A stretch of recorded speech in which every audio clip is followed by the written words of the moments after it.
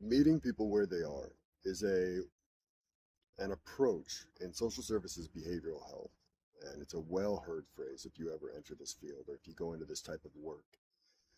But it's not always understood by the people who are talking about it, especially when there's like politicians involved in the conversation or if there's like community leaders who have never done this type of work before.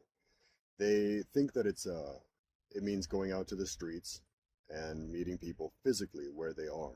And that's part of it, but that's the extent of their acknowledgement or their knowledge of it. The truth is that meeting people where they are is a harm reduction approach. It is a way for us to force ourselves to be compassionate, non-judgmental, and to understand that the individual is leading based off of their own needs.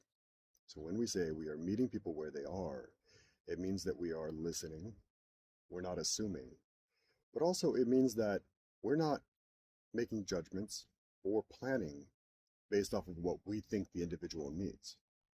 If somebody comes in and they say, yes, I do drugs, but that's not the problem. The problem is that I haven't talked to my parents in 15 years.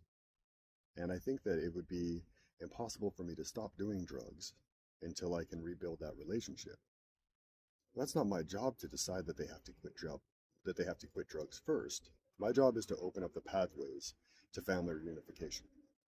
And then offer options, not demands, but offer options. If somebody is smoking in front of me, it's not my job to decide they need to quit smoking. It's my job to make sure that the options are available if somebody wants to quit smoking. I'll lay out some paperwork, make sure that they know that there's some numbers they can call. I'll offer nicotine gum, what have you. But if they want to quit smoking, that's not my job to decide that for them.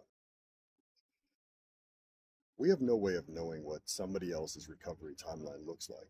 And we have no way of knowing really what somebody else's recovery needs are, if that makes sense. So meeting people where they are, it's an approach.